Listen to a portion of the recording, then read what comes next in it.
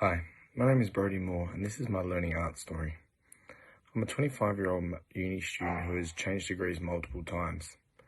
Throughout my schooling years, I've always dreamt of being involved in sport, whether it was a physio, coaching, or even the science behind sport. After a few years finding my feet, I found a passion in working with children and helping them find their way in life. This is where I found my calling in teaching. After transferring into an education degree at UniSA, I found a job in a primary school as a school service officer, which is an SSO, at Ingle Farm Primary School. For 3 years, my current role has been working with Indigenous students, focusing on reading, writing and mathematics. During my primary schooling years, I learnt and played the piano and keyboard. For over 7 years, I attended in-school lessons with the music teacher, whilst also attending lessons at her home after school.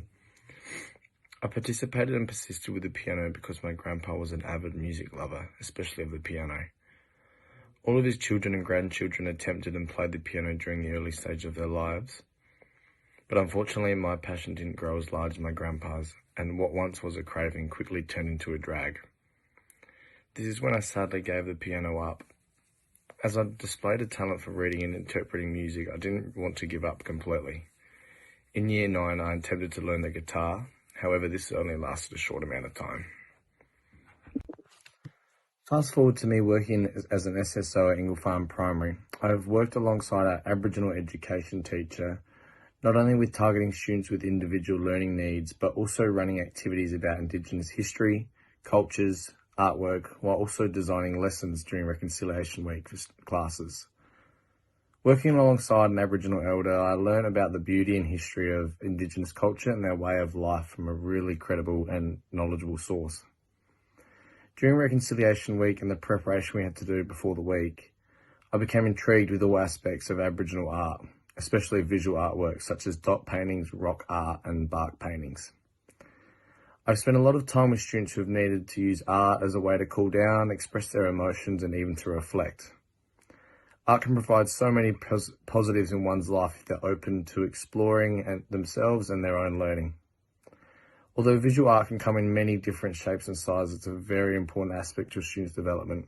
That's why it's one of my favourite subjects at school. Prior to enrolling and completing my Foundation Arts Education Intensive, I had previously engaged in a tutorial surrounding dance education. This was for my PE minor. I found the subject to be very enlightening how dance can be used for a wide range of positive reasons in a school. Reflecting on my learning from the dance tutorial, my past appreciation was confirmed. A combination of physical positives and also the ability to allow creativity, students can gain a lot from dance in schools. Unfortunately, coming from a future educator who is very inexperienced with any type of dance, I'm still unsure how I would incorporate or teach the subject with confidence.